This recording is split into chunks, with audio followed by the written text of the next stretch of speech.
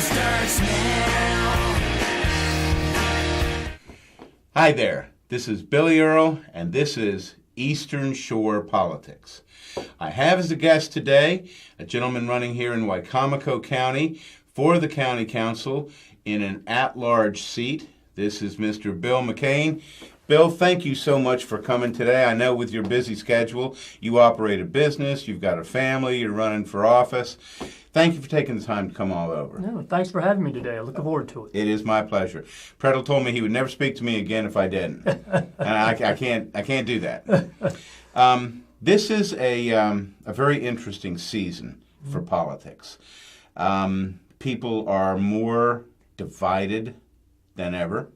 People are of the opinion that things aren't getting done as well or as quickly or as judiciously as perhaps they did in the past when there was more cooperation and less partisanship. You have been around the political world quite a bit. Tell us a little bit about your journey to today. Sure. Well, as a kid, I grew up in Del Mar, the town too big for one state. Okay. And it was a great childhood. Growing up in a small town, particularly a town like Del Mar, was very supportive of their young people, and to this day, they're still very supportive of their young people. And I was sort of that typical youngster, very involved in sports. I was a Del Mar Wildcat. Okay. And in fact, this fall in October, it'll be my 40th high school reunion, and they'll be honoring our football team. And but I learned a lot of good lessons growing up in Del Mar. I grew up in a blue collar family, and I learned a good lesson about hard work. And I worked on farms in the summertime, and playing sports at Del Mar. I learned a lot of good lessons. I always found football was a great lesson in life, because in football, you get knocked down every play. Every play. But you got to get back up and do it again. How you get up and how fast you get up is the test. Right. So that's a lot like life. What position do you play? I was a flanker on offense and a cornerback on defense. Okay. So we played both ways. I recall that very well. Yeah, that's the old style. Yes, that was the old style. Yeah, they don't do it that way today. Craig Wolf was here the other day, and I think he played at what's the school that was in the little town where the Redskins did their training? Dickinson College. Yes. That's what it was. He was he's about our size, and he was a defensive end. Okay, well. Well, yeah, I wasn't very big when I was in high school, but, I learned a lesson. You had to be tough. Yeah. But I think of a lot of those things you learn throughout life. That was probably one of the best traits and characteristics that stuck with me through those years was, you've got to, growing old's not for sissies, so there you go. We got to be tough. Yeah. So, Well, how did you were you active in student government or that sort of thing as a student? Well, my parents were always very involved in the community. Yeah. And so I witnessed that at a young age, and I went to Washington College I went away for school. Yeah. And then I eventually found my way back to Salisbury. Okay. And got into actually before I came back to Salisbury, I actually worked up at Wesley College in Dover, Delaware, and but also I got into real estate on the side. I was off in the summertime. And, as a student? Well, no, I was working at Wesley. Okay. But when I was in college, I worked in the summertime I worked with a building contractor, and that sort of got me interested into the building and real estate world. And then after college in the summertime, a buddy of mine, we would actually build houses in Ocean Pines in the summer and live at the beach and build houses. And I started gravitating more toward that. And after a few years, decided, I really wanted to pursue that as opposed to higher education, and found my way back to Salisbury. And actually, my first job in real estate, I started working with a new company here in Salisbury that was doing real estate appraisals and property management, and it was Lisa Bendler and Bob Culver, our county executive. Right. And so actually, when I first started working, we actually worked together. Small world. For a little bit, yes. And then I eventually decided I always had an interest in going into business on my own. and I opened up my own business after Yeah. a few years, and this is actually our 30th year in business. Congratulations. So yeah, we've made it for 30 years. Let me bore you for 1 second. Certainly. What I learned most about the work world, I learned during the summer. The football coach made us work for a concrete company. So we poured concrete all summer. One, we reported in the best shape we ever would. You saved a ton of money because you were too tired to go anyplace.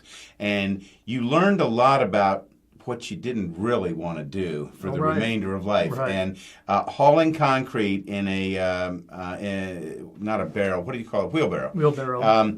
I pretty much determined that was not my future. Well, I picked watermelons for 3 summers. So, Okay, I was always in shape when football season Absolutely, came around, yeah. but also I realized, I did not want to pick watermelons. Not for the rest of my watermelon life. picking, no. So there you are in Del Mar, and you've come back, and you're building houses. I've got a friend who builds houses over in Jimmy Reed.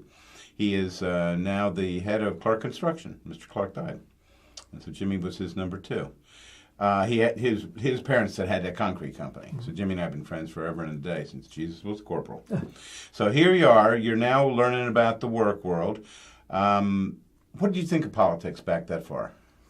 Well, back then, the politics that I saw, my father actually was the mayor of Del Mar. Okay. And but at the same time, he was also president of the Lions Club and the head of the Masonic Lodge, and that was typical of most people that I really saw in politics.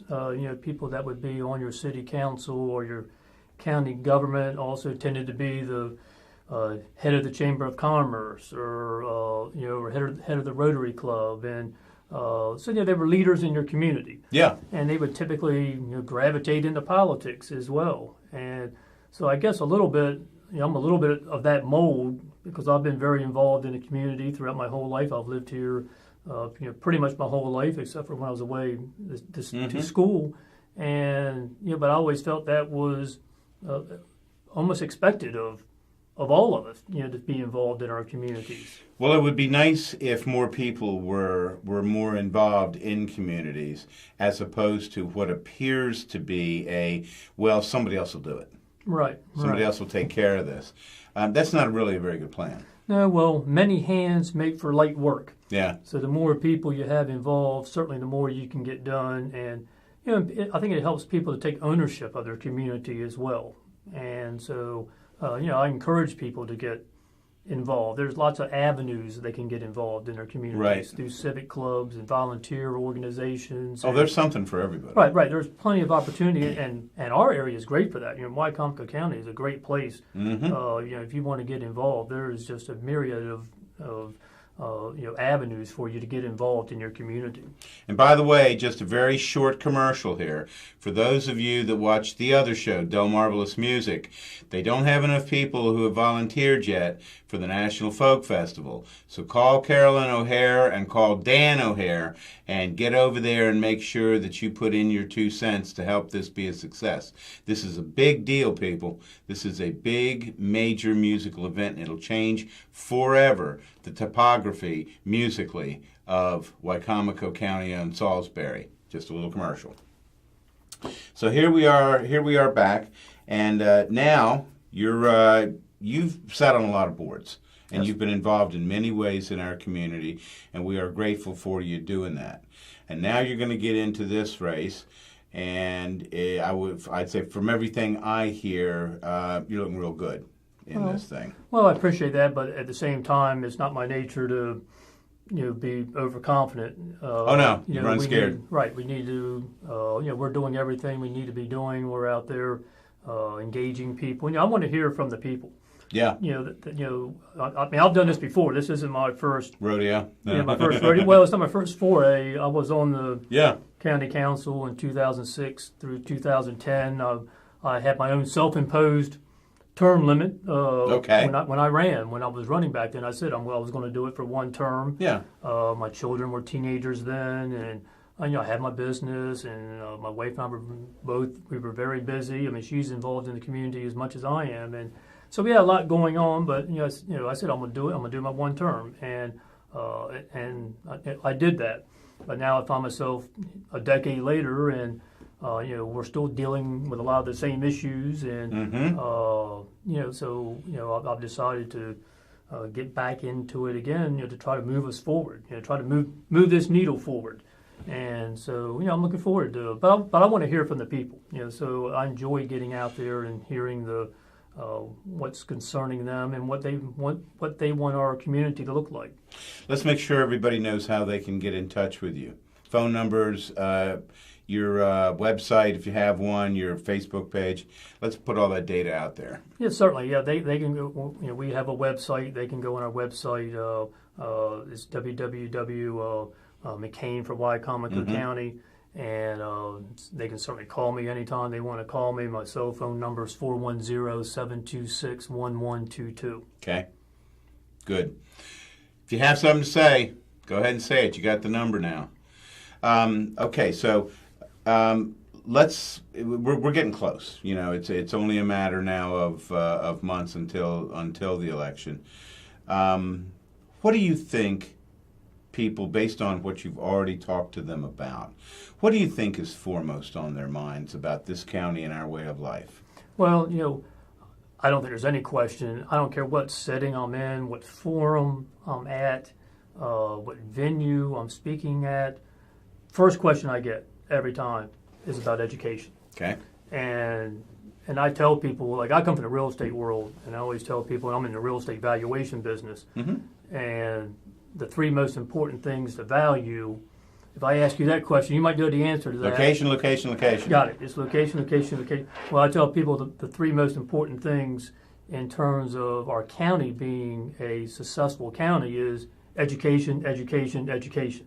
Okay. There's nothing more important from education. It's the root of everything we do.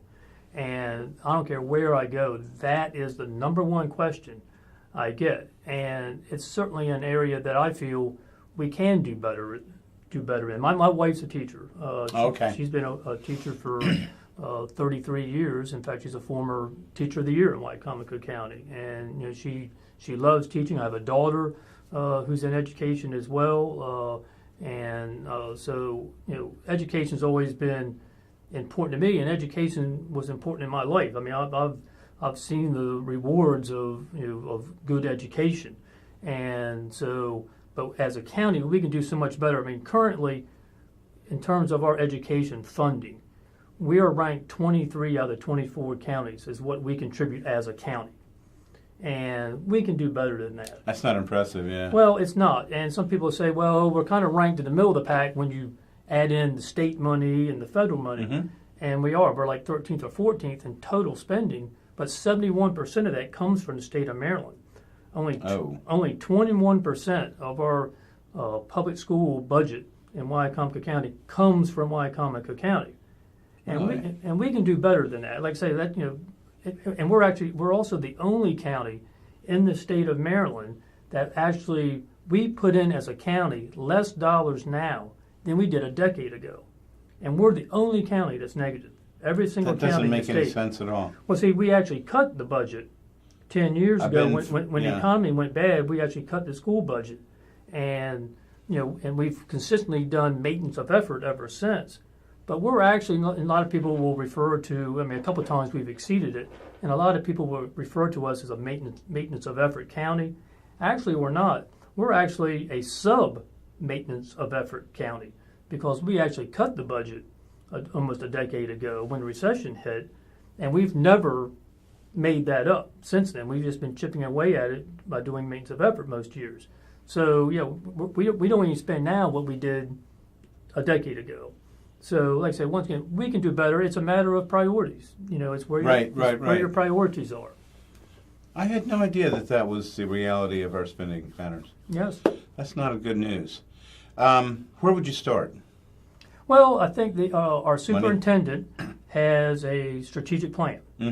And very well thought out, very well laid out. It has all the pillars of what they want to accomplish. Basically, it's three major items that they're looking to accomplish in their long-term strategic plan. It's introducing universal pre-K, it's increasing graduation rates, and it's attracting and retaining a high-quality teaching staff. Okay. And they submitted to the council this past year. They were requesting $5.2 million above maintenance and effort Okay. to implement these 3 pillars of their strategic plan. And it's a wonderful plan. But they did not get their $5.2 million. They were awarded $500,000 over maintenance of effort. So far short of what they need to improve the school system. And you also have to put it in perspective. The school budget for our county schools is over $200 million. It's about $210 million. It's bigger than the budget of the county. Because we have over 14,000 students and over 2,000 teachers. So I mean it's a big system, but 1% increase to that entire budget. I mean $2 million is only a 1% increase. Mm-hmm. $1 million is only a 0.5% increase. So 500,000 is a quarter of a percent. So we have a long ways to go.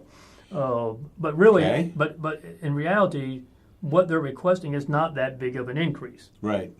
But what they're able to accomplish with that basically 2.5% more that they're trying to add to their budget is significant. I wonder why we have diminished our spending. I'm not arguing that city, state, local government shouldn't be responsible and shouldn't be budget conscious. But that seems like an awfully short-term place to cut. Well, I think, as I mentioned earlier about the Board of Ed having a long-term strategic plan, that is something we need as a county. Right. We do not have a long-term strategic plan. So as a result of that, historically, we're reactionary. Every year we just react to whatever needs are there at the time, and most decisions are made as based on the moment. Mm-hmm. As opposed, if we have a long-term strategic plan, then your decision making is based on how does that fit into the plan?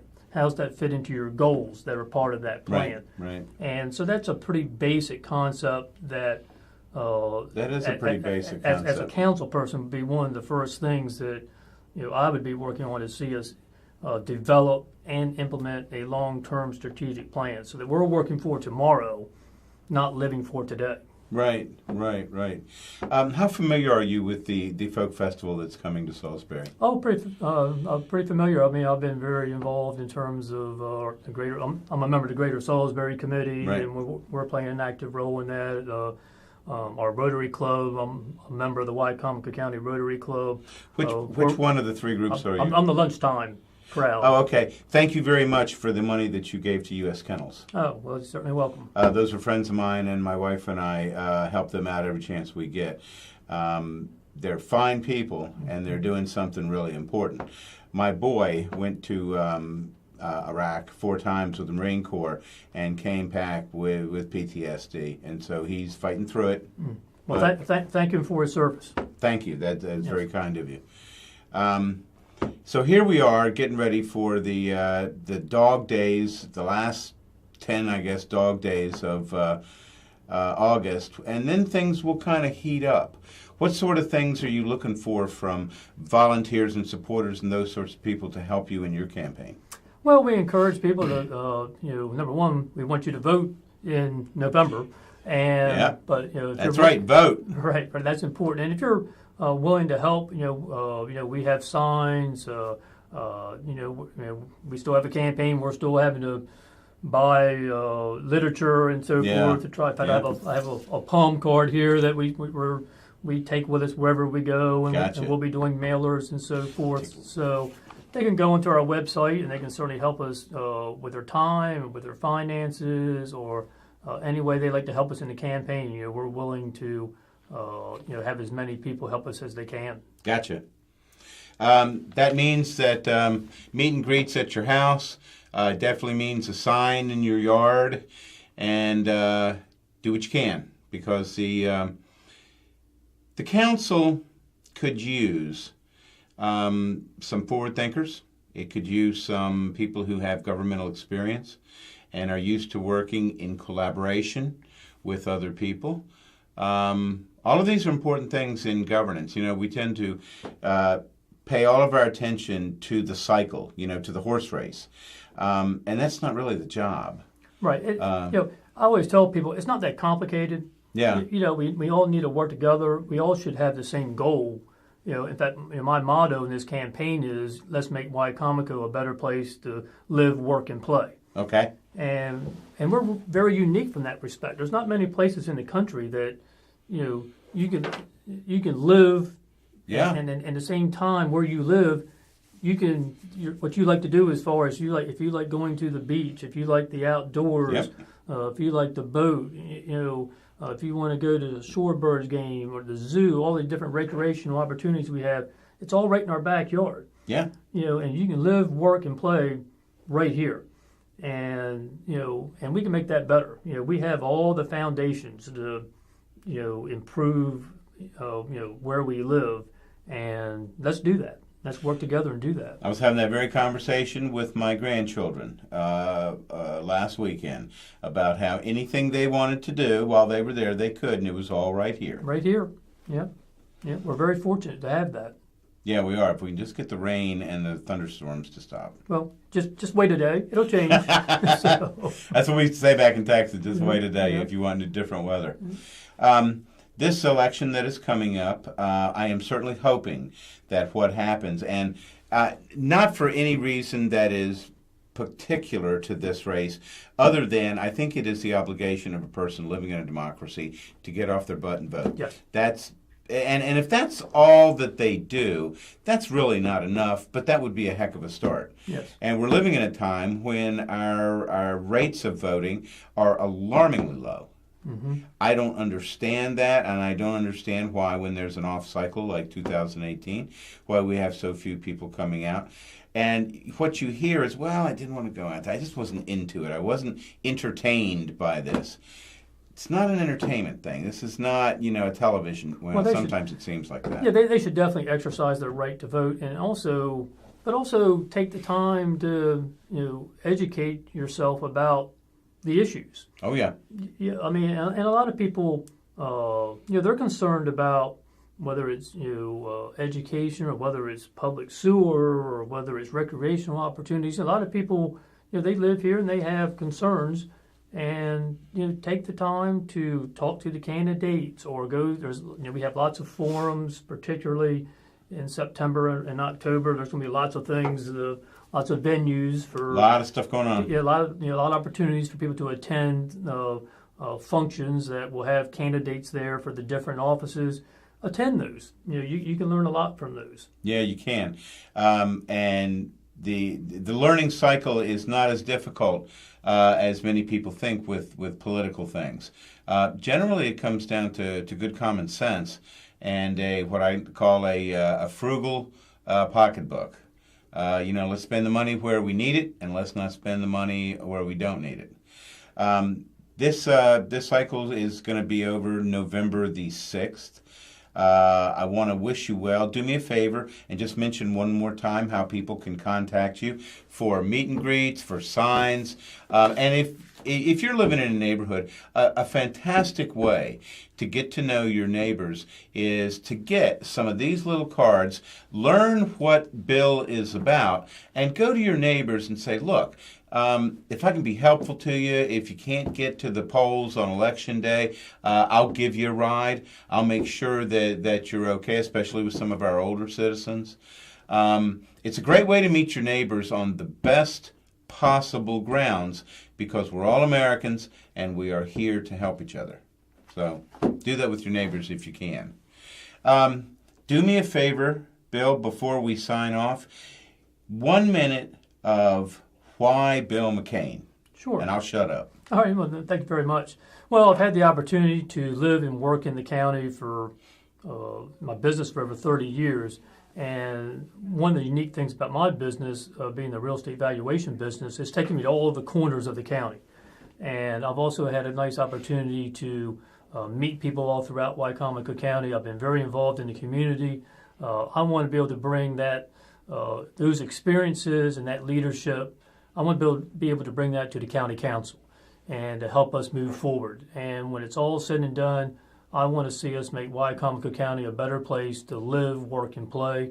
And when November comes around, please make sure you vote, and I hope you vote for Bill McCAIN. There you go. You got your marching orders, people. Bill, thanks again. Billy, thank you. This has been Billy Earl with Eastern Shore Politics. As my favorite politician of all time, Mr. Louis Goldstein, used to say, Yep.